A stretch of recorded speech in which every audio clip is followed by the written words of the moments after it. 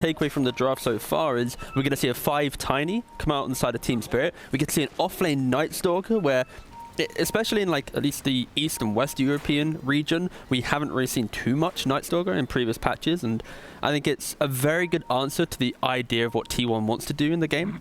And yeah, it's just an exciting development. I think touching on that, T1 coming into this second draft, they realized like Mag Tiny was instrumental in Spirit's win. So rather than like instantly banning out and overreacting, they allowed Spirit to go down the same path. Like, you want to play around this displacement, you can do it, but we'll have ways to play into it. We'll have stronger lane with the Enchantress. We'll have the stronger kind of counter initiation with that big curse. Like, if you think about the build Mag did in the previous game, it was Blink, it was Force, it was Aether Lens. Like, there wasn't that way to keep himself alive and skewering, right? So if there was that instant lockdown, that instant kind of like gotcha, you're in the bad place, like, they couldn't punish it. But now they do have that cover. And developing from that, you know, Spirit, an excellent pick of the Night Stalker, because like, even if you respond with Monkey King, like the vision game, right, from this hero, you'll always be able to find the Wyvern, you'll be able to find the Monkey King. So I think these big team fights, they're going to be really exciting with like who on T1 is offered up to take the fight. And yeah, I'm just excited to see how this one pans out, because it's pretty close in kind of the in the drafts. I mean, is this a situation where, again, it's really all going to come down to who gets the jump on who first? No, yeah, pretty much, because like T1, they can play around a slightly slower fight where they bait out the Enchantress, they use the X when they're running away. But like Spirit, when they start a fight, they want to coil, they want to RP, they want to bring that hero back, instantly find that kill. And that's where it's going to be exciting, because Spirit, they have to make sure that every fight is clean. And I think T1, they showed in the previous game, like they were exceptional. Even when they were down a hero, they could take these fights like 4v5, they could get into the face of Spirit. It was just the continuous kind of work down of getting skewered away, getting kind of just removed from your team that T1 had to deal with. And I think that is something that is easily answerable. Like Mag Tiny, it isn't like the TI winning strategy. Like, it's not hard to fathom out. Like, after game 1, they're going to very clearly understand this is why we lost, change up our positioning a little bit, help each other out, maybe employ the buddy system, and they'll be confident going into game 2. And that's why you're not really seeing too much difference in regards to like the cores, at least from T1. I think it's smart that they're able to do some sort of flexibility. You know, you see the Magnus pick up, you think, oh, okay, you know, we're gonna bait them, we're gonna make Collapse play that, you know, again, and then we're gonna have the answer. But in this situation, you do have that flexibility. What are we gonna see differently for the build on this core Magnus, though? What's the current? Well, I think it'd still be most likely the like the Echo Saber into, you know, Blink, BKB, like a Daedalus, AC, that kind of just play your own game of, you know, killing things. I also wouldn't be surprised if he went for a casual shard at some point, because when you have Night Stalker and Puck playing that pace game, you can get it right in their face. And look at the skew. It begins. I mean, at least this time it's a different victim, right? And in a different lane, so I guess that's a little bit different, but it's something they're going to have to be hyper aware of, though. And there's no way for them to save themselves, right? Like, it's not like there's a TA that's going to be able to put Refraction and live. Like, if the Wyvern or the Kunkka gets near that tower, it will be devastating. And you mentioned that actually in the first game. You said, you know, because it was 23 Savage on the TA, that when they were able to skewer under tower, you can pop the Refraction. It allowed him to survive, and that was a very smart play on the side of T1 to have that idea. But in this particular case, you know, poor Kunkka does not have the same survivability. Yeah, and especially not a Wyvern, so the positioning needs to be just perfect. Exactly, and another change-up is the fact that you have the tier in mid now, which means when Toronto Tokyo, like, the reason why the game went well for Spirit was this Invoker. He pivoted to offlane, safe lane very quickly, getting these cleanup kills, like enabling the cores, keeping them all in the game. Like, when Puck wants to make the same move, this tier will take that tower, as Whitemon does get pressured in the top. The good old Marauder Enchantress combo. Just, you know, constantly getting harassed here, but is forced to stand a little bit further back. And I do have the question for you in that mid lane. I'm going to put you on the spot a little bit, team. Sorry. No, that's fine. As I say this, Water Rune coming out. Carl trying to put out some damage. It's taking quite a bit here from this creepway, from the tower. Toronto Tokyo, though, is feeling a bit cheeky.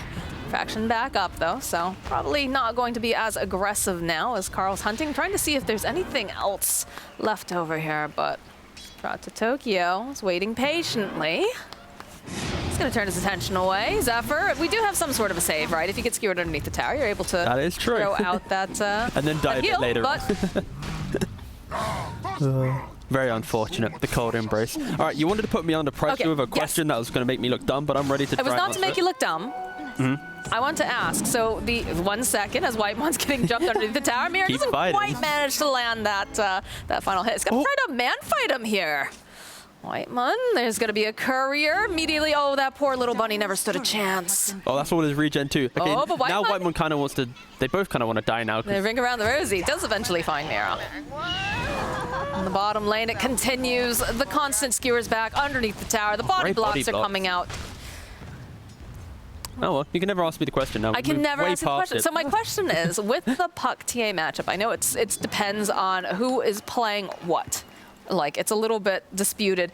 Who do you think is going to come out on top in this particular Well, situation? I'd probably just answer TA, you know, 60-40, just for the fact that TA can just farm so quickly, and you're always able to pressure. And oh, it's so beautiful to watch. Again, right under the tower. Down goes Cuckoo. Yeah, okay, sorry, your question I will answer eventually within the next 40 minutes of this game. They're giving us too much action going on. But we don't have the time beauty to of that combo is the toss just always goes in front of the mag, right? So you're always just going to be able to just skewer and just take him. Oh, that is fun to watch. It's not fun to watch if you're a T1 fan, that's for sure. They're sick of this at this point, I think.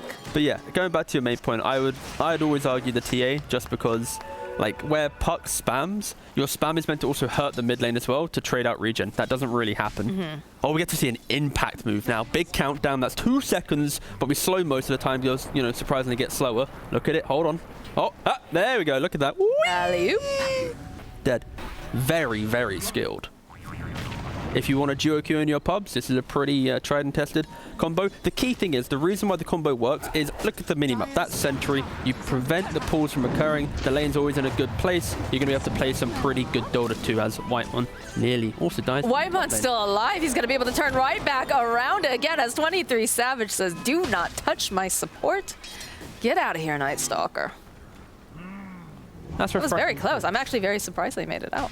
Yeah, and again, like they mentioned it on the panel, is the fact that the trade-off of when you pick Mag Night Stalker as your side lane cores, this Monkey King pick will always feel good. Like, you can see that from the CS, the fact that it's 35 going towards Monkey King to, you know, the measly 22 of Night Stalker. And that is just the fact that you have a Monkey King against these, you know, melee cores. You have the Jingu, the Boundless. You can never really get pushed out of the lane. And I think that's where Spirit, they're not going to be too concerned with it. It's about how they enter the, you know, that first key fight. The vision from Night Stalker will be able to counter the Monkey King going in later on. Toronto-Tokyo trying to poke away at Zephyr. Mapushka also in position. And I will say that T1 has begun to start stacking. They're taking care of the jungle. They're going to unlock Carl here, make sure that he is able to do his full potential. But Team Spirit also trying to put that pressure down and trying to scout quite a bit, which is interesting. You know, you usually don't see the position 5 being this kind of pesky, roaming about sort of deal, but the Dream Coil gets used over on the TA. Is a little bit off the mark there with the arrow, so Carl absolutely fine, throws out the taunt. Yeah, it's really good, just instantly breaking the coil. It doesn't then allow for the avalanche toss to come in, the arrow, like he just instantly, he dictates when he wants to get stunned rather than the chain combo. And yeah, just walks it off. End up losing the courier for 23 Savage again. I believe this is the second time. Has he got any of his, like, oh, okay, it's not too bad. I was like, if I click his inventory and see like the quelling, the oob, and like nothing else, then we got issues. Like, this is luckily luckily Monkey's doing pretty fine. But yeah, like the way that Team Spirit is playing. He tried. Didn't quite grab the right target, but Whitemon is getting chased down by Collapse in the Tree of the Ring. They go in for the RP into the arrow, skewered right into the arms of Mira, and they still managed to get the kill on Mapushka before falling. So he still got something out of that. That's a 1v3. I won't lie, the start of that fight, I thought Cuckoo X'd himself. Okay. I thought he was about to accept the entire move of toss into thing and then just whip himself back. Like, I thought that's his play. But then he actually just got a kill instead. But yeah, a 1v3 getting the kill, pretty good. Whitemon trying to be cheeky here with that centaur. Didn't manage to stun Collapse, but he's just getting chased down. The night belongs to Night Stalker, and Collapse will slay Whitemon. But you can see from game 1, game 2, Team Spirit puts a lot of emphasis on 23 Savages. Running in the jungle, right? Look at the centaur just running around in circles, looking for a stomp. 23 he doesn't have a quelling here. Oh, he has to. Jumps down. Some one smack too, but not enough as the double damage. Mira picks it up. Toss back here with Toronto-Tokyo. They're going to try to buy a bit more time for Zephyr. Is Carl joining into the fight now? They use the Dream Coil. They manage to take down Zephyr. Carl, though, has got plenty of damage. He wants to get this kill on Mira. Just not looking super great as Whiteman does eventually fall. And they just don't have that lockdown right now. And oh, and they take the stack. Big difference this game. It's a carry Magnus. He's going to want to join these earlier fights a lot more. And yeah, just taking away the jungle. 23 Savage, he wants this kill, but he'll back off. Gataro teleporting out. They've got the Avalanche. Maposhka's just trying to find an exit strategy here. Looks like he's going to be the sacrificial lamb. They do like sacrificing tinies. Top lane, they're still chasing after Collapse. They still have not managed to finish him off. He does have mana for a stun though. He's looking. Oh, the zig, the zag, the serpentine coming out from Collapse. Right, guys, TP top. We need to now kill him. We need to make the content happen. Radiant's top tower. Oh, he's going for an Echo Saber as well on Night Stalker. Very, I would say greedy, but very aggressive. You know, I think they just want to be able to hit this timing of like 14 minutes, 15 minutes, where every single core has a way to enter the fight and, you know, execute the hero they go on. Because I'm assuming, what's the Monkey King going? Oh, nice, going for the defusal. Okay, this is a big difference though from the two games. Like game 1, T1, they're going very greedy. They had a very like fight-heavy lineup, but they were like trying to play for much like middle game, late game timing. But this time, like they're buying a defusal and then Monkey King. They'll obviously go for the Deso and the TA, and then the Kunkka, he's now going for a much tankier style of build. I believe that's the hood being complete for him now. Yeah, the hood. So they're actually trying to play kind of what they could have done in game 1, but making sure like this is the adaptation that you want to see in teams, right? It's like you lose a game, you don't just kind of copy it again game 2 and hope that you perform better. It's the understanding of what actually went wrong and then trying to find the solution. So yeah. Yeah, that's the mark of a good team, is one that can review game number 1 very quickly and be like, we know exactly why things failed. Let's just fix those things, go into game number 2 with a fresh attitude. And already, you know, it feels a lot more balanced than earlier in that first game. Yeah, and now they're the team that has 3 of their cores in the top 4 of the net worth. And I think this is kind of what they need, because like their star right now is so much emphasis on when they buy these like cheap items, they have to win that big fight. Like if they buy cheap items, lose that fight, and then suddenly Night Stalker Mag have Echo Saber +1 and they're rather tanky, you're going to run into kind of like a brick wall. So yeah, I hope with T1's kind of early lead, they get to really kind of showcase what they can do with some, you know, a clean smoke in, you know, maybe execute the Mag at the start of the fight, and then suddenly it's like an awkward like Puck plus Night Stalker core trying to, you know, unlock the secondary fight after that. It is definitely an interesting situation. You can definitely see pucks popping off, but generally you've got some sort of a backup plan to have that physical damage coming out in a more traditional sense. So, and the stun department of T1, like 2 games in a row, they aren't like kind of fully subscribing to pick stuns and you know, roll over the game with locking everyone down. And this is where Toronto Tokyo, on his puck, he's gonna be rather happy, because even if the game gets a little bit difficult maybe with this upcoming timing of Team 1, they can play a more open kind of split push map as Collapse. He might just live up to his name and indeed Collapse. There he goes. Oh, good to see T1 kind of grouping up now and, you know, finding a couple pickoffs. Question is now, what is their play after this? Are they just going to go back to farming, or are they even going to maybe smoke up and just go for another kill? But realistically, just keep playing it slow and wait for everyone to get that one cheap item that we're mentioning. He is around about 700 gold away from the defusal on the Monkey King.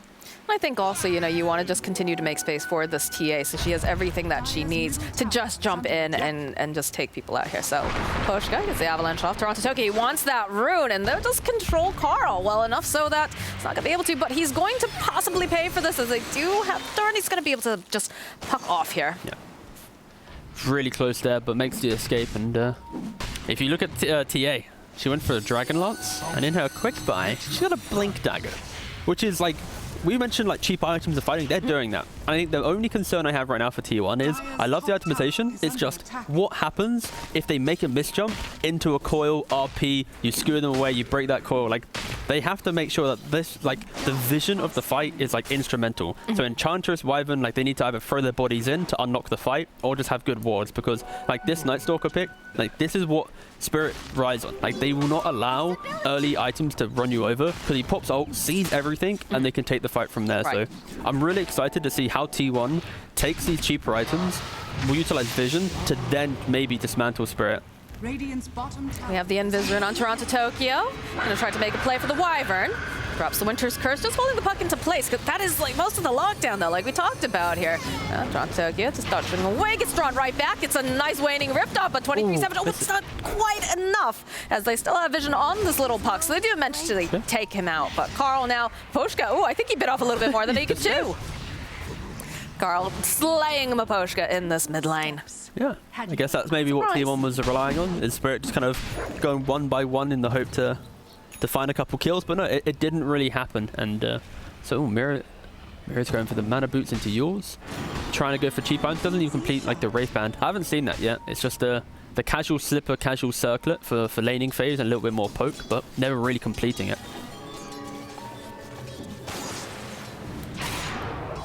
Teleports over to the mid lane. Yatoro just a little bit off the mark. That's not a collapse, Magnus. That's all I'm saying. That's a little bit of refinement still to go for Yatoro to be the fisherman that collapse was in that beautiful game one. With the arrow? No, not quite. Whiteman just gonna sprank his way out of there. Under attack. All right, so about 40 minutes in. Pretty neck and neck, and again, not quite on the mark here. Oh, the tip comes out from Cuckoo too. Like, he knows. He's nice try. Oh, imagine if in like next TI, Valve instrument like done it so you could tip the moment, you know, like you could tip the spell of the hero. So it's like mag skewer tipped. So you can really like direct what really you're tipping. just burn it into the brain. Like you tip the guy's mana when he enters the fight with, you know. It's You're like, done messed up, son. Maybe that's a bit too far, but oh, that'd be great. That's very toxic to you. Why are you suggesting this? Let's make Dota more wholesome. I mean, realistically, tips maybe shouldn't even be in, you know, the game if we're talking about toxicity, but, you know, if they're there, maybe we can talk about, you know, pivoting to new opportunities. That is possible. Even dropping items, look at that. Dropping items and tipping. It's very close. It's a little off here. Of course, with the haste rune. Nice a little here, little there. Once he gets the shard on Mag, that will just be a kunker down by the Radiant Tier 1. It's like training wheels on a tricycle in some ways. Just calibrating. You got 4 minutes until it becomes easy.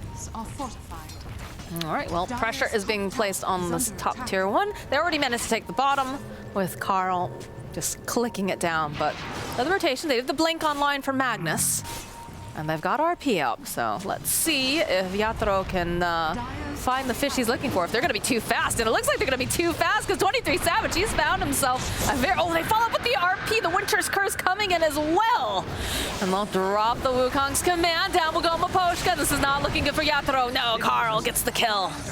And this should translate easily into a tower just for them. Toronto-Tokyo, he's got to be careful. 23 Savage, he's bloodthirsty. He wants to kill this puck.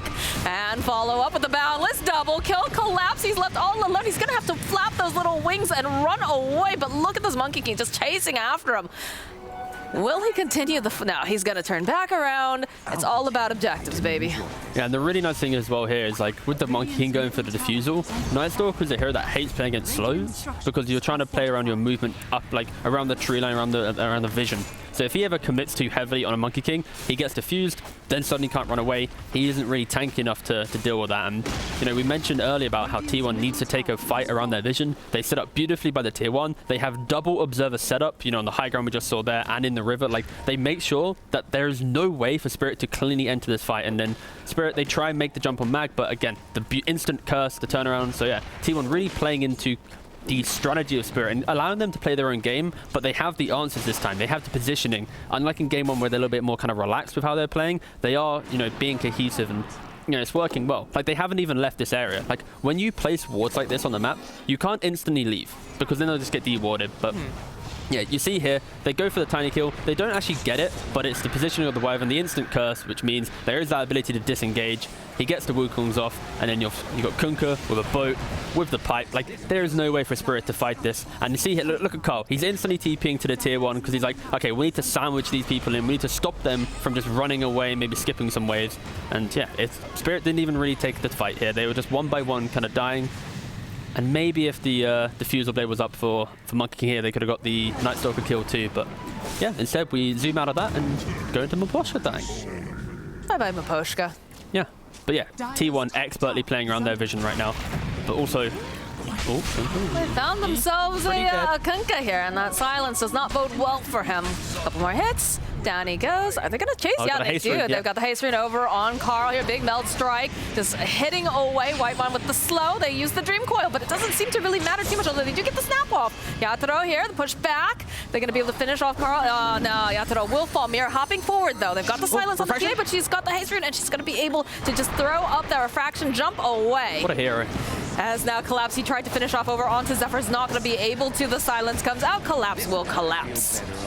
Yeah, so that was a beautiful demonstration of why TA is still somewhat of a crazy hero. Can always blink with refraction up and doesn't even leave the area. No, as Mira is just getting hunted down here by Carl. He's trying to juke, but jump forward. And then eventually they find their kill. Again, they go into the Kunkka, the tankiest hero in the game, and at T1 they just instantly just respond, running all the way in, and Carl just kind of styling on Team Spirit there, utilizing that haste rune and then the refraction coming in clutch at the very end. But like with how chaotic this game's going, T1 gets Roshan now as a result of this. They have, of course, double meld. But if you look at the minimap, like the vision I just praised from T1, Spirit instantly dewarded. So I have to commend both supports right now on both sides. Like as soon as the fight ends, they're cleaning out the area and sentries. They're preventing this lingering vision to occur, which means there's more emphasis on Night Stalker to be prominent in the fights from Monkey King, for Enchantress. Like these heroes, they are now just going to be the vision enablers because there isn't always like the wards available because both supports are playing a sublime amount of just dewarding. Radiant structures are It is always nice when you get the chance to like praise supports because I feel like, you know, they never get enough credit. Exactly, We're always looking at flashy boys, you know, we're looking over at 23 Savage, we're looking over at Collapse. So it's nice when, you know, you can see something very efficient coming out. I mean, when a core wins the game, has a core ever won a game without wards? Has that ever occurred? I'm sure in some of the trenches, yes. Yeah, maybe when A you get turbo brief game for or just, two, you yeah, know? That's true. Yeah. But like, I feel like, yeah, every win is off of the back of vision. So, in every MVP that a core wins, why is it 3-2-2 again? I don't know. Is that... I don't know. It'd be a pretty big coincidence, right? But wasn't it... Wait, didn't Spirit have it last time? I'm not sure what's going on with the ticker there, but... Well, either way, It's fun. It's a meaty number. We appreciate that number in Dota 2. A lot of history behind it. But like you were saying, with the vision game too, and also you have Carl who's going to be able to drop these traps. Yeah, that's also annoying. There's so many annoying things in Dota. That's why it's a good game. You get annoyed by it, but you still play it. Yeah, because every time you want to do better. You want to be better. Double damage on 23 Savage. He's looking for the opening. Nice avalanche, but he is, of course, exit to place. Followed with the Thorn. Lots of damage. Carl will claim the kill. Yeah, as a response of that, Team Spirit, they're already on the other side of the map. They're trying to at least trade a tier 1 tower. Of course, this doesn't feel too good, trading tier 1 for tier 2. Still, they are trying to just, you know, keep themselves out there. Winter's Curse thrown out here by Zephyr. He is in a creep wave, so it'll buy time. So the rest of the TPs are coming out. Carl, 23 Savage, was looking for the opening here, but Toronto Token, they get spotted out. They don't have any way to cancel it out, though, now. So he's able to just teleport out, and the rest of Team Spirit will just teleport away. Some players in that position would have offered up a high five, but unfortunately, you can't do. Wait, they removed that, right? With Nemesis being, can you still high five? You can high five. Can you? I think so. Well, I mean, it's not showing up here now. But yeah. I heard high fives in the earlier match. Ah, okay. Well, if they're still available, honestly, I can't remember. If they were available, maybe offering up a high five there would have been the best play. As you TP out, knowing that you're going to TP out, but happens. Blink Dagger picked up now on Puck, so they might be able to, you know, we talked about who gets that initiation. It's going to be very important. So perhaps we'll see them start to try to get even more pickoffs with, of course, the tiny Puck combo. But you see how they're playing around the map. T1's sweeping across, trying to take tier 2s, trying to be annoying. And this position 5 Tiny, he's just kind of putting himself in these positions where you might get the tower, but I'll at least clear the creep wave first. So if you take the tower, you buy an extra 30 seconds for them to go to the next objective. They can't instantly look at Wukonging up at the high ground. And then if you look at the minimap, everyone on Team Spirit, they're elsewhere. They're pushing out the other lane. Puck's utilizing the lack of CC from T1 to try and punish that. And I think Spirit, they're kind of trying to just keep the game going a little bit longer. Maybe around next Roshan, they'll go for the big contest. But until then, it is going to be a game of cat and mouse where T1 will be sweeping across the map together. And if they don't find that kill, Spirit are going to be able to at least keep themselves in a game which could easily, you know, get very carried away. Because, you know, T1 there, this Radiant side, it just looks like their side now. Like they completely control the map. Wherever they go, Spirit has to run away. I mean, they have all the momentum and the aggression coming out from the side of T1. You've got the Aegis on the Templar Assassin. You're going to be able to start pushing these towers and just removing this real estate for Team Spirit. It's pretty scary, honestly. Yes, Mira's going to walk into Carl. Big melt strike. 1, 2, 3. Just like a lollipop. just dead. Very unfortunate, but you know, luckily for Spirit at least, that wasn't like a passing on puck who just kind of walked through into maybe a stun to death. But if it's a support, that's exactly kind of what Spirit are looking for. And it will be interesting when Spirit wants to make the move. Like, uh-oh, they finally got their hands on Maposhka. again, the support dying in bot, like Spirit, this is kind of what they need. Like, this doesn't feel nice playing. Like, when you're playing Dota like this is very much like, you know, a last-ditch effort to at least continue the game where you can then play like with your cores later on. Like, the supports will just... I'm speaking from a support perspective here, right? Like, if you're a core, you're loving life right now. You're like, haha, my supports are dying and I'm farming. But, you know, right now for Spirit, they're just kind of playing... They'll probably give up maybe 3-4 more K gold before they actually take a fight. But it's the time the Aegis expires, then look to make the play. But again, it's going to be difficult. BKBs are going to be out. Carl's even being quite greedy, going for the Ags without a BKB, just playing for the fact that his team can play together and he can then just split push everything else. Do you think that'll come back to haunt him, though, not having that BKB when you consider everything? I mean, obviously, you know, when you've got a Magnus, it doesn't matter. When you're playing against, rather. But with some of these other things, I feel like that could be important. I think at the end of the day, it doesn't matter right now, just because Spirit are in a position where one tier kill doesn't lead them to, like, winning the game, right? So I think you can be greedier on one hero as long as the rest of the cores are also kind of buying to play for the big team fight. And I think if you can stick together with 4 heroes and have one hero out by themselves, that's always going to be very strong. So in this kind of scenario where you can put Kunk and Monkey together, I actually don't mind it. They have to know. No one is... All right, they do end up pushing out one of those ways, but it's smoke on smoke action. Oh, I've not said that. I was going to say that. Yeah, smoke on smoke action. Smoke on smoke action. Who's going to find who? And it looks like they're going to find themselves collapse. 23 Savage opening up the battle list, hopping down. Silence is cute, but when you've got the rest of the team right behind him, you're not going to survive this Monkey King. Then meanwhile, you had Maposhka trying to clear out the creep wave, but wasn't able to do that. So there are going to be a couple creeps trickling down this bot lane. But T1 doesn't really want to do anything with this. They're going to continue just skipping, farming. And I wouldn't be surprised, honestly, if they were playing for the next Aegis as Yutaro. There's a break. Oh. Wow. That's a dead Enchantress. That was kind of fun to watch, because that was refreshing. Because like Enchantress, it often takes a little bit of time, but you go for the Silver Edge, of course, just in case people aren't aware. The change to Silver Edge is now it adds a guaranteed crit to your right click. And yeah, it's interesting. I've seen it been on maybe some of these bigger right-clicking heroes where it can be pretty cool, like the Svens and stuff, but it's a lot of damage with that first hit, as we get to maybe see here as he demonstrates. Let's see how many hits it'll take to take down a Zephyr. All right, that doesn't count. He had friends, all right? Yeah, 23 Savage, though, has to be careful. BKB getting popped here, just narrowly dodging that arrow. So he's going to have to run for his life, but he's got all the moves here. And he had RP up as well on Yutaro, so if he didn't get stunned there, he would have been able to catch there. Ooh, and they the want vision from Night Stalker, like you talked about, the RP, the stun, the control, the arrow.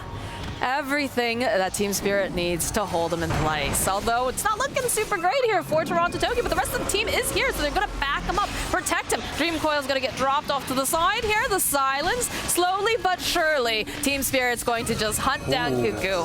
That was really Take good him from Spirit.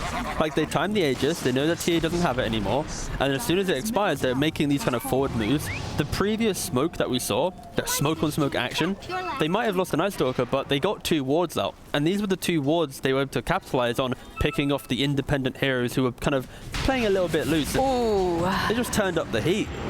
Well, buys a little bit more time. Starts from not quite enough, but the arrow does connect. And look at Collapse trying to go onto the back lines here. 23 Savage, though. He's got his eyes on Mira. Oh, they found the Monkey King They too. found, yeah. Well, he chased after Mira. He wanted that kill. Now 23 Savage has to be so incredibly careful. Zephyr tries to get to position here. Gets the save off. He's going to throw down the Winter's Curse, hoping that 23 Savage is going to survive this. Might be able to fight do the BKB. As he's going to chase after Yatoro. Zephyr trying to juke into the tree lines. He was fall. And now Yatoro, he's out of mana. He doesn't have anything left to save him. The final Monkey from the Wukong's man will slay him. I have no idea if a Satyr Tormentor can get an impact play, but that guy did with his body blocks. So that was, yeah, excellent stuff. At least getting the Magnus kill as a turnaround from that. But yeah, whew, T1, like a minute of like comfort and kind of relaxed farm. Spirit instantly capitalize on it. They run over their opponent. They have, of course, you know, double well, not a double BKB yet, but they got BKB on Night Stalker, the Echo Sabers. They can just run throughout the map and just kill T1. Now my question is, do they just start applying pressure again coming out from Team Spirit, knowing that, you know, the Wukong's command's down, and so is the Winter's Curse? I think the Team Spirit right now, they're kind of in their prime, right? 23 Savage seems very hungry for Blood's collapse. He's gonna have to try and run away. So maybe he can blink now. There you go. It feels like 23 Savage, he really wants to find something out of this. He's gonna find Hopping over, finds him on the side, he's stunned. You can't activate a BKB if you're dead. Well, I was about to say Team Spirit, they're kind of in their prime. They're going to have Dark Ascension back up on Night Stalker, Mags respawning, but 23 Savage finding that pick off, it does offset Spirit's desire to, you know, run straight back at Team 1. So I guess, yeah, T1 answering the question for you. I do like the way that now they're just making these moves around the map and they're very united. Yep. I think that's very, very smart.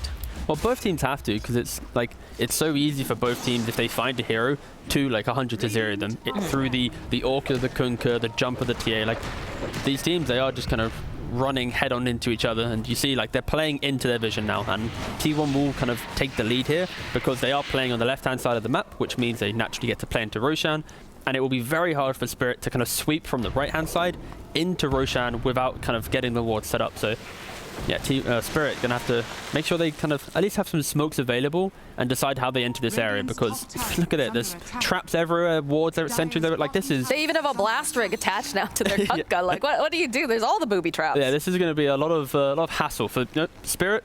They see through this. They don't care. They're going to run on in. Tiny does have 5 sentry, 2 wards. Most likely just plonk it on the high ground here and... Look at the positioning, though, coming out from Whitemon here. Really in case there's any sort of smoke, arrow gets tossed out. It's going to break. Collapse hunting here. It's going to get stunned by 23 Savage. A couple of these impetus coming up, but again, the BKB coming in handy here. Silence comes out as well. So they're looking for the opening. They get the Dream Coil off on several. But they just don't want a hard commit, it feels, although they'll go back onto the back line. Zephyr sitting very, very low. They have to be careful. The break being applied, but they'll follow up there with the curse, and they'll be able to take down Zephyr. He's been sitting too low for too long, but Poshka now in trouble because they've got all the damage. The burst is real. And there it is. There's the RP coming out from Yatoro. They'll follow up with an arrow. Do they have the damage? He's just chunking away over at them, and they'll be able to go and take down Ku. Can they get any more, though? They find a triple kill now for Collapse. They just slaughter 23 Savage. And just like that, their Roche hopes die. Yeah, that was really nice from Spirit, because the way in which they smoked around, they ensured they weren't going to run into these traps. They put their high ground ward instantly dewarding, and they just played on Night Stalker vision. They were constantly playing on the edge and not running too quickly into T1, because like T1, when that ward dewards, like they need to run into their secondary ward deep into the Radiant jungle, but they never get there. So they're actually taking a fight where we praised all their vision. It went from 100 vision to 0 vision in that fight, with 1 D-ward and then playing into the Night Stalker. So yeah, like T1, they weren't able to find that instant jump. They weren't able to at least recover. As we see here in the replay, right? Like this is now going to be completely Spirit dominated, because they have Night Stalker just flying around. Just like, hey guys, so they're here. You know, it's pretty easy, pretty chill. Yatoro's now playing on the vision now on the high ground here, getting the RP because of the Night Stalker, and then everyone who's playing on Spirit on the edge of the fight just instantly just runs back in. So I think, yeah, just a really nice move from Spirit, and it just identifies how to play around this Night Stalker and how to enter the fight. Just a beautiful fight taken by Team Spirit here. It almost felt like they were lulling T1 into like the sense of false security. And well, it kind of happens, right? Like when you're in that position as T1, like you have all that vision, you see everything. Like you're not going to really care too much about that play. And I think realistically, maybe having a support on the high ground as Team Spirit walk into this area, just tanking the death there and then not taking the fight and then smoking back in yourself might have been an option. But it's so hard. Like when you're playing against Night Stalker, like these heroes that innately just dominate the vision of any game, like it is so hard to play these heroes. Like you need to be able to just survive. And I think like when you have Ench, you have Wyvern, like you need the buddy system, you need something to help you, and it doesn't really work. Like there's the RP. So yeah, I think Spirit are now hitting their stride where they are able to slowly dismantle that kind of early skirmishing that we desired from T1's lineup. And T1, they now need to be proactive. They need to stop kind of playing in these open areas and just make that easy like pickoff. And Carl, he identifies this, he goes for the Hex. Like they need to find a hero, kill the hero. Like it can't be this kind of poke and prod fight, because they will lose these longer engagements where Night Stalker will thrive. So it just has to be an all-in Yeah, sort of war situation like, coming out from T1 now, which they're showing disaggression. Like you said, they just picked up the sheep stick.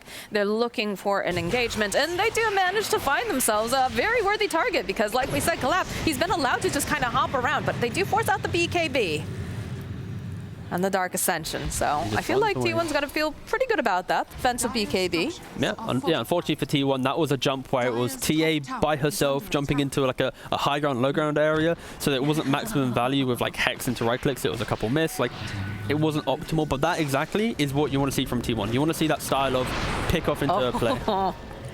Got multiple stuns being tossed over at this TA, and they're hoping they can grab anyone, but they have already vacated the premises here on the side of Team Spirit. And that's the 5 position Tiny just kind of waddling around, forcing out these TPs. And then you look at bot, Collapse, who nearly, got picked off in the jungle. He's now pushing out bot very aggressively because of the TPs to top lane. So yeah, I think, Spirit have really highlighted 2 games in a row now, the better understanding of how to play the map in a way to unlock their heroes, which don't look too great in laning, but they come into this really nice team timing.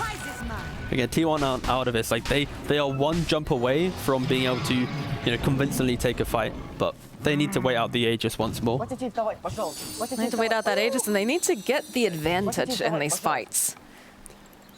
That seems to be a problem that they keep continuously facing, especially when you consider they do have like this poke and prod. You've got the Night Stalker who's able to skirt around the edges. You've got a Puck who just really thrives in these long skirmishy sort of things. And it's a fun game when both teams have the Philosopher's Stone, but survivability is key, so they're not even thinking about money anymore. They're just like, nah, let's go for like the Ench, the Wyvern, they're going for, their own survivable spells, the Cloak and the Band, the Tunic, sorry. But yeah. Somewhere Fogged is just like sad because he loves that item, especially on a support. I mean, all supports love it generally because, it's a way to get yourself stay in the game, so to speak. Like, Ench and Wyvern want to survive, and Tiny and Mirana are killers. So like these are like the most anti-Philosopher's Stone carriers out there. But yeah, this game for T1's a little bit different, so they can't try and get a little bit more, cash injection. We're grouping up over on the side of Team Spirit. Of course, T1 getting ready to respond in kind. It's like 45 seconds until the Aegis is out, so T1 actively smoking up here. They aren't going to, run on head in, but within the next 20 seconds or so, you might see an engagement occur, because then, so Magnus like, oh, guys, my Aegis is out. Whoops, I died. T1's back in the game, so maybe we get to see that. They have the vision. Look at this over here. They can see Cuckoo. They go in for the Moonlight Shadow. Yatoro just immediately pushing back over onto Cuckoo. They're going to try to just take out the Magnus as fast as possible because they do have the Hex up. They're going to direct right back in again. Still has that Aegis, so Yatoro going down the first time, but the follow-up, they do go and they follow up with a Winter's Curse over on the other side of the screen, but back comes Yatoro looking for the opening. Carl pops the BKB. So they drop the Dream Coil. Collapse is one BKB right now. Well, he's just poking around. Like we said, he's trying to get onto his back lines. But T1. What's it? RP, they got BKB, they got everything. Got everything. Go in, Yatoro managing to go and land that RP push right back over here. They've got the decent amount of damage with that BKB. They drop that Wukong's command as Yatoro just immediately backs off. It's a little shy back and forth between these two teams. Come on, guys. X marks the spot over onto Mira into a torrent. Toronto Tokyo, though, he's still looking for this opening. Hex comes out. Carl, big melt strike. Biggie is dead. Mira's going to be first to fall, followed by 23 Savage, though, over on the other side. Toronto Tokyo, silent stop.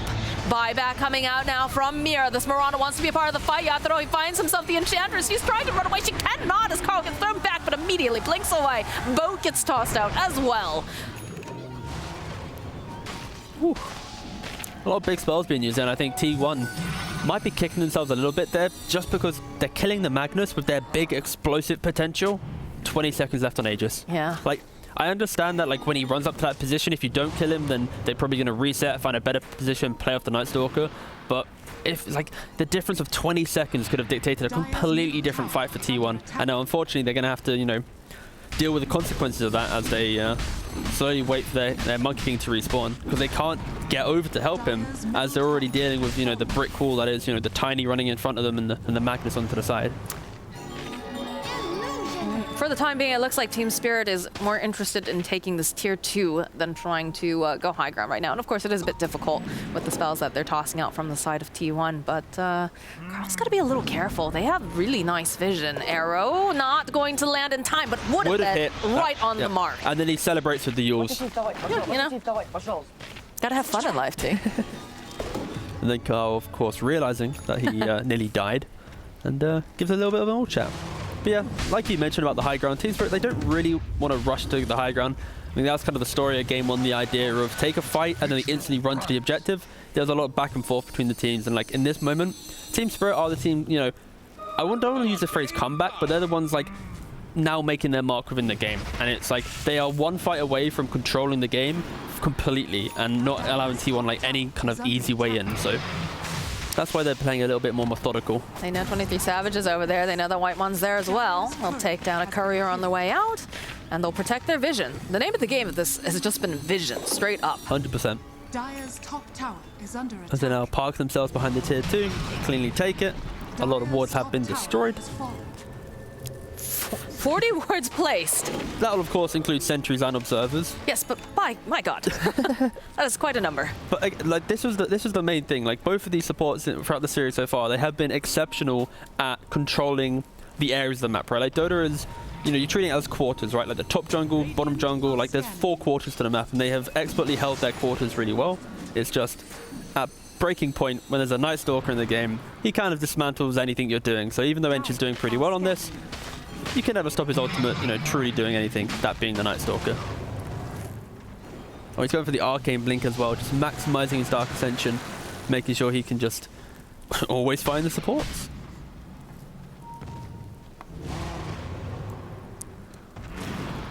It looks like T1 playing very close together as they're making a entrance over into the jungle, perhaps to throw up some vision. That's a big line drawn on the map. That was an authoritative Cuckoo going, we are here, we want to go there type of line. Are they going to smoke from this?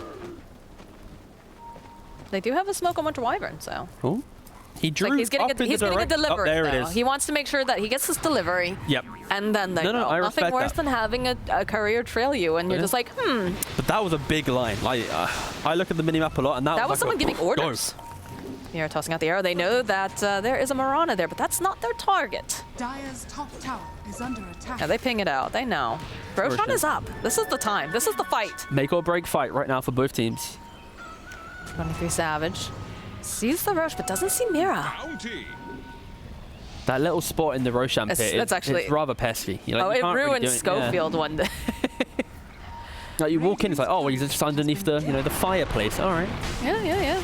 This is not looking good for Whitemon. Immediately, though, following up with that Winter's Curse. Collapse with the BKB just hunting down. Wants to just remove Zephyr from this equation. Carl jumping onto the back lines. Has a Hex out, but they can see Yatoro over here. A buyback coming out now from the Winter Wyvern. Yatoro looking for this open. Still has the RP available if necessary. Ku and 23-7 sitting very, very close together, but they're just wailing away, and they do manage to take down Collapse.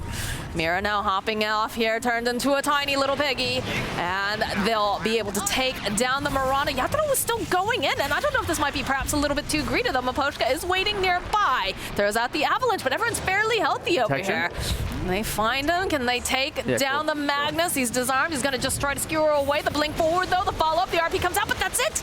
Carl, he just slaughters Yatoro. That excellent kiting from T1, and it all starts from the fact that Spirit, they've kind of played the game where they're easily killing the Enchantress every single fight, you know? But this time, the Wyvern, he curses, he enables the Enchantress to get off her heels, and that opens up the fight to be a little bit sloppy, as we see the replay here.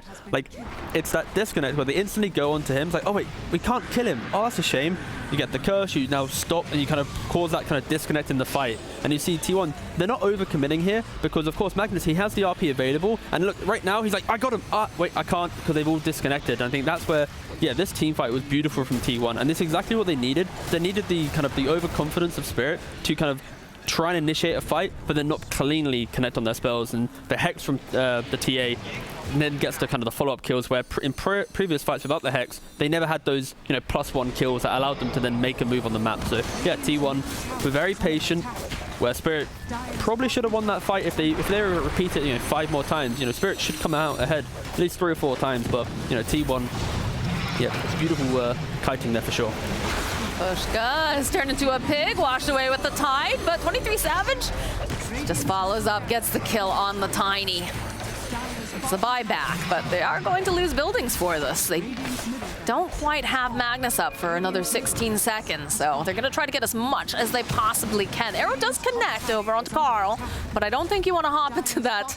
It's looking pretty scary. This as Magnus is going to be up about 5 seconds. Pressure on Kunkka. Jump forward, toss back. They just snap off with that Dream Coil. Arrow into the back lines. Can they finish off the TA? Yes, they'll be able to take down TA. Coop popping the BKB over on the back lines of this Monkey King. He's not. Oh, they managed to go. They give him the save with that heal. As Yatro just beating down over here onto Cuckoo. They'll find that kill. Can they grab anyone else, though? Zephyr, of course, getting spotted out over on the side. They find themselves even more as Whitemon goes down. It is only 23 Savage who, oh, I spoke a little too soon because that's an Aegis pop, and I have a feeling he's probably not going to survive this one. Not a second time around. Not with the lockdown, not with the arrows, not even with the giant radius of that Wukong's command. There's the gem going back. Yeah, for T1, like the fight they just won, well, prior to this one, it was an open area where they could play on their vision, kite it out, and really make some of these kind of quirky plays. But when you go towards high ground, it is the scariest place to fight. And I think Team Spirit, they once again demonstrate again, like this Magnus, if he skewers you to your tier 4s, you're gonna probably die. And that is exactly what happened to the TA. She had BKB, she had Bloodthorn, she had Cheese. She had so many ways to make something happen, but she wasn't able to get any of it off, even the Hex as well, sorry. But because she was, RP'd under tier 4s, that's a dead TA, and that alone completely removes T1 from playing that fight. And maybe if there was a Wukong's at the tier 3, completely different story because you're kind of covered by that radius, but that never really happened. So now we get to see Spirit run on down mid lane after wiping T1. After losing the Roshan fight, which normally around 40 minutes, the Roshan fight is kind of like the dictator of who gets the first racks, who gets, to command the game. But, Spirit keeping themselves straight away back in it. And they're going to actually maybe even take 2 racks here if they're going to be... Yeah, 2 racks Yeah, down. they know that 23 Savage, he doesn't have buyback right now, so we'll take as much as they can. One more hit from Yatro. Does end up getting X'd, but he's going to bring a friend back with him. Whitemon silenced up, tossed into the air, and that's a very dead Enchantress. Carl, though, is hoping that perhaps he can get a little something more. Seals comes into play. Torrent not going to quite land. They'll go for the Moonlight Shadow. The X marks the spot, comes back. That wave just a little bit off the mark, and they're going to put the insurance policy over on the puck to make sure Toronto-Tokyo can escape with the rest of the team. Oof, and our 12k lead to the side of Team Spirit. This is, no, back and forth, like this is it. Where T1, they were slowly getting themselves into it. They're looking pretty good, but Team Spirit, they always find a way to keep themselves in these games. This is the main thing here. The XP graph is probably the biggest showing of what it's meant to look like. T1, the Roshan fight, that's that first drop towards their side, and then as soon as they lose that high ground, boop, all the way back up, to Team Spirit. Yeah, luckily Gavin hasn't really decided exactly who's going to win yet. Normally at this point you'd see 100% or something, and then we get to see like, oh, look at the story. Nope, very even, 75% tops for either side. There's a smoke. They find themselves a Cuckoo if they could get there, but Carl's also being spotted out over on the side. And I think they'd like that. The jump forward here from Toronto-Tokyo, they use the RP. This is looking like they should be able to just kill Cuckoo over here on the side, but they go onto the back lines. They get the kill on Zephyr. They don't have the stun, though, to take out this TA. So she is going to be allowed to escape, but that is 2 on the side of T1. And he doesn't have buyback on the Kunkka. So, this is just going to be 80 seconds where Team Spirit can once again walk around. He has the arcane blink, so he gets, have a 9-second downtime on his ultimate, by the way. That's what... That is the only BKB piercing stun that T1 has as well. Granted that the BKB, the BKBs are down, but look at Collapse. He's feeling very bold. He just strolls right on into the base. Trees, darkness, He's gonna say hello. Hey, it's so nice to see you. Imagine meeting you here. Toronto-Tokyo right into the back lines.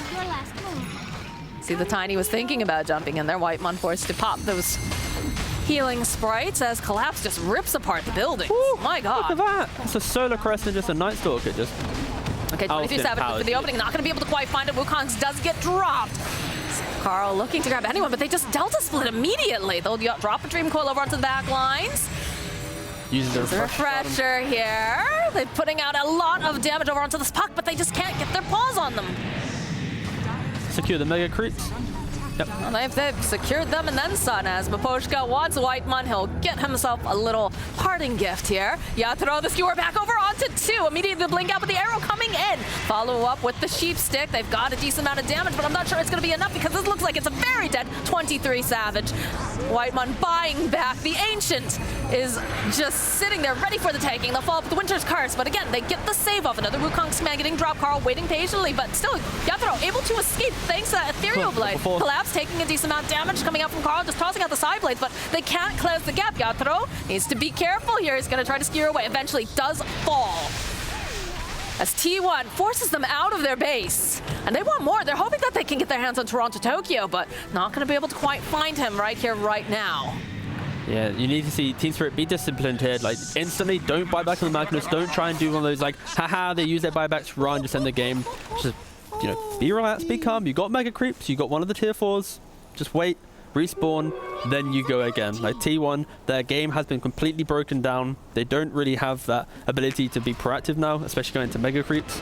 Oh, Collapse. He's 23 Savage, but he got too greedy. The follow-up, though, again, the saves coming out, just buying him a bit more time here as they're looking, seeing if they can grab themselves a Monkey King, but not being able to do it. This puck is silenced. A good avalanche will just slow down Carl. I don't know why I said that like a weirdo. The stun, the silence, the sheep, everything here. Can Toronto Tokyo do anything to turn this around? No, they're going to end up losing the support.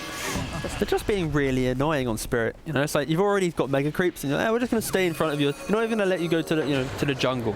We're going to force you to keep fighting so that you can't even be happy with a minute worth of farm. But then, of course, Tiny now does die. He doesn't have buyback as well. A minute. Yeah, Spirit, they're just going to wait, reset, and then they'll be going again. I mean, you've got to be feeling pretty exposed right now if you're T1, considering that you have lost so many of your buildings, that you constantly have to make sure that you're pushing out these waves.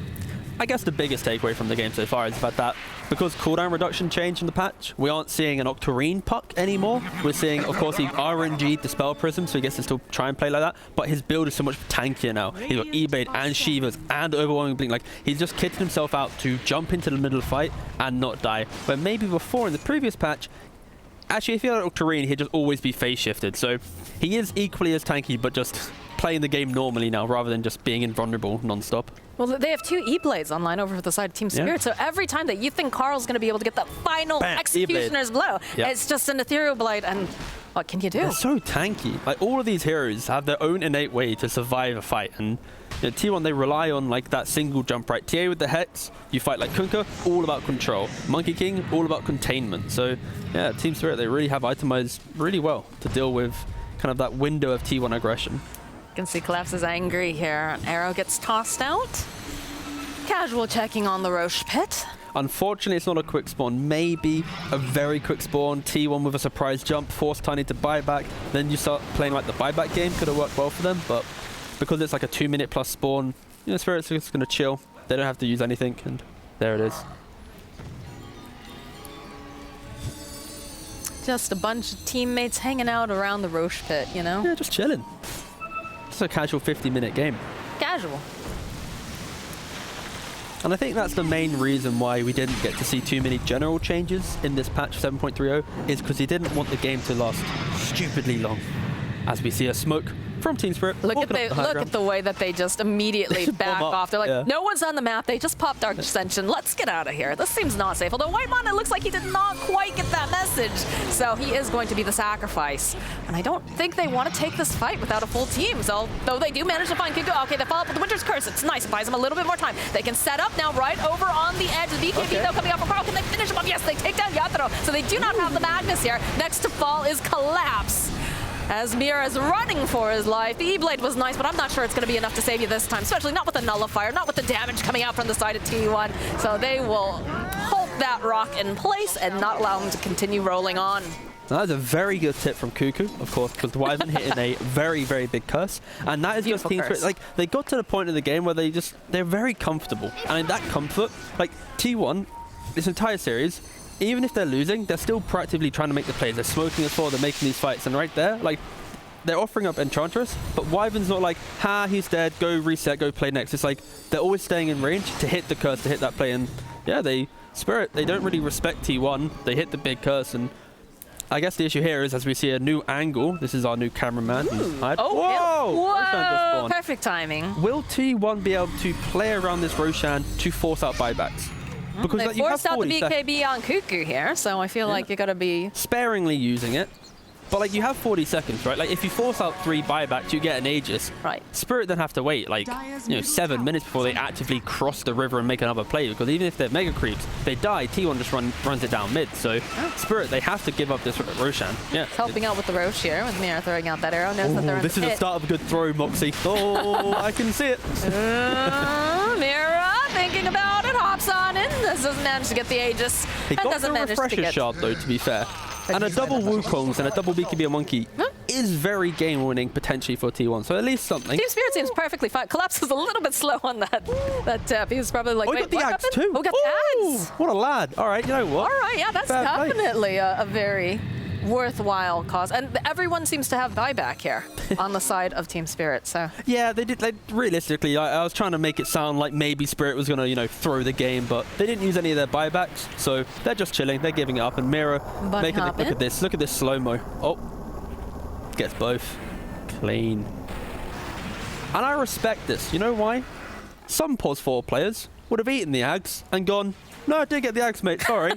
But he drops it straight away. He didn't instantly steal it. If that was a pub, he would have munched on the Ags, no questions asked. But yeah. Get a Wind Waker picked up on Puck. That's an interesting item. We don't often see picked up. It's very expensive.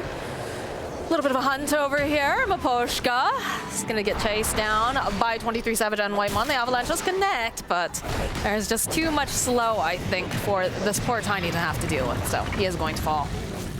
Yeah, T1 doing a really good job. Like they're so far behind, but they're constantly finding like these smaller pickoffs to make Team Spirit feel awkward. RP. Yeah, they go in. They're going to get the snap off as well. The additional stun, and that's a dead Carl. Yeah. He that also was has the buyback, Axe. though. That's because Mira didn't eat the Axe, by the way. If Mira ate the Axe, maybe not so much. I mean, that's fair, I suppose.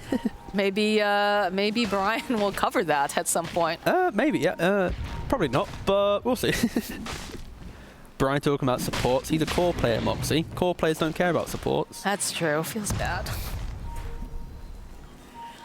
All right. But you know what Team Spirit needs to care about?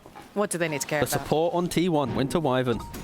He is the big X factor right now for any glimmer of hope of a comeback. He needs to hit another curse, of the magnitude of that previous one. Toronto Tokyo poking a little bit. Moonlight Shadow will get used. They have a little bit of vision off to the side. The buyback now coming out from TA. A bit worried about this. 23 Savage, Free Dance, trying to get as much vision information as possible. Toronto Tokyo is just gonna wake around a little bit, have a bit of fun.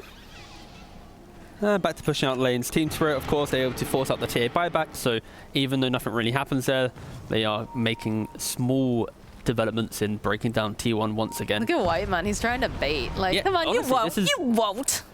This is like the best play that they have is like offer up the Enchantress, Ench dies, and suddenly everyone's out of position because like And then a you think Winter's Curse. Yeah, exactly. It's like it's a Mag, it's a Night Stalker, Tiny, 3 melee heroes. They're naturally all going to jump the same hero if they're trying to 100-0 quite quickly. And that's why 23 Savage is also positioned here, right? He has the Aegis for another 2 minutes. Like, Oh, look at this. Look at the positioning. They realize that Whiteman has been just... I think they're trying to find Zephyr. Yeah. Cool, though. Just shell. Mag has the Lincolns as well. You have to remember that. So they can't just instantly just cut. They have Do to they cut want it? someone else. Yes, they're going to go for Cuckoo. The toss back, the snap, stun. They should have plenty of damage to take him out here. As the silence, though, over onto Zephyr. We talked about this. It's very important that this hero is actually able to stay alive as Q does fall. Follow up, the stun. This is not looking great for Collapse. He's going to try to flap those little wings. Get out. Bash. Toss over here, coming out from Maposhka, being a bro. Wants to protect them. The buyback now coming out from Kunkka. Yep, Team Spirit slowly whittling down the buybacks. Tia now bought back. Kunken's now bought back. Once Monkey King's Aegis gone, you'll see the Magnus most likely target him with the next skewer. Because like once you're skewered, you're pretty much dead. It's like puck coil into skewer. You're not going to be able to, survive that. The Axe break on the coil. You're going to get stunned no matter what. Toto gets stunned. Whitemon, jump forward from Toronto to Tokyo. They're going to chase over onto the back lines. Maposhka doing everything he can, but again, they do have those BKBs. Looks like they're going to be able to keep Yatoro alive. Boat's been tossed out. We've got the water bending Kunkka coming out here, but it's not able to do much for them. It's Collapse continues with the silence, the RP, the push right back again. They've had enough of this Whitemon, so they'll take him down. Buyback again, coming out in mass, but Poshka, the toss back over onto the Kunkka. They have a refresher. Yatoro just continues to just wail away, not even gonna commit it. It's a double kill now for the Magnus. And once again, Kunkka, no buyback, so pretty rough there. I guess the main question here is, could a Kunkka maybe run off from that fight without the cold embrace? Maybe the Winter Wyvern killed him there, but you know, with 57 minutes in, 27k down, it's probably not really worth mentioning. Age is about to expire as it wiggles next to the portrait. Yeah, look there it is. Very dead. That damage. Oof. That's some nice chain CC though. The Hex and the Bloodthorn, then perfectly timed Abyssal Blade. Rather good. And now the Age is out.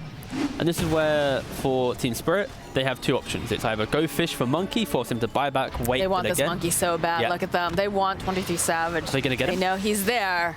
He doesn't have Blink for a second on Mag, now he has Blink. So he's gonna throw out a casual skewer, trying to get the vision.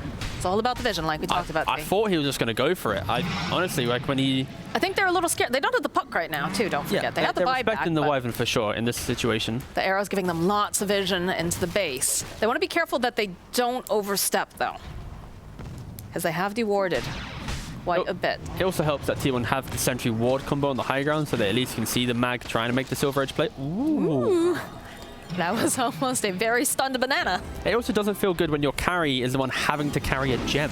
Yes. At, 58 minutes, because of course the gem's on the high ground, that's why Another he's Wind seeing the Waker. Mag, but yeah, so survivable on Team Spirit.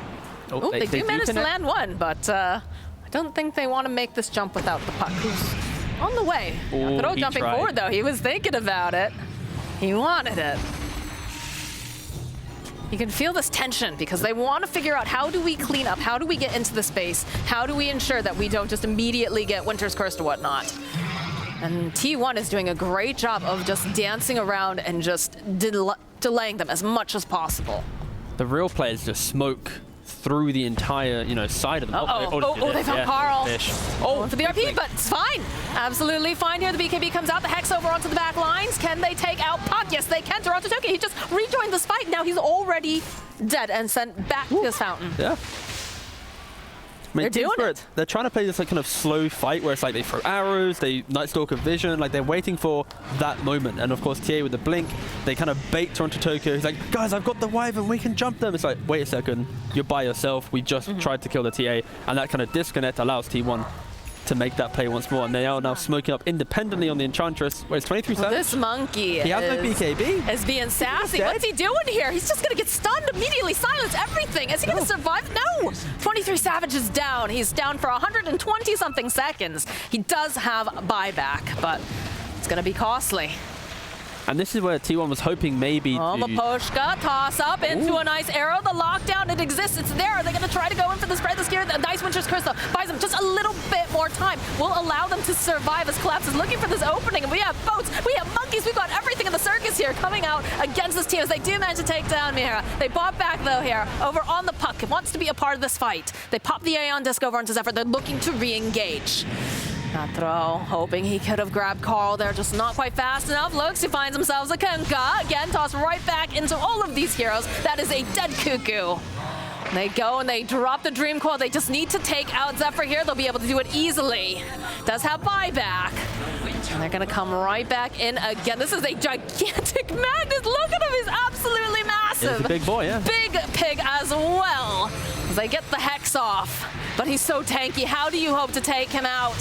How do you hope to take out this Magnus? How do you hope to protect your throne as you go? You put out that fortification. You're trying everything on the side of T1. You're trying to just keep your phone alive and put out as much damage as Carl does manage to find a kill. But they take out Zephyr. He's not available any longer for this fight. They just keep throwing out the sheep stick. They're trying to put out enough damage. They just are having trouble with this lockdown too. Just keep going. Yatoro, he's looking for the opening. He just wants to end the game. He's had enough, and they do it.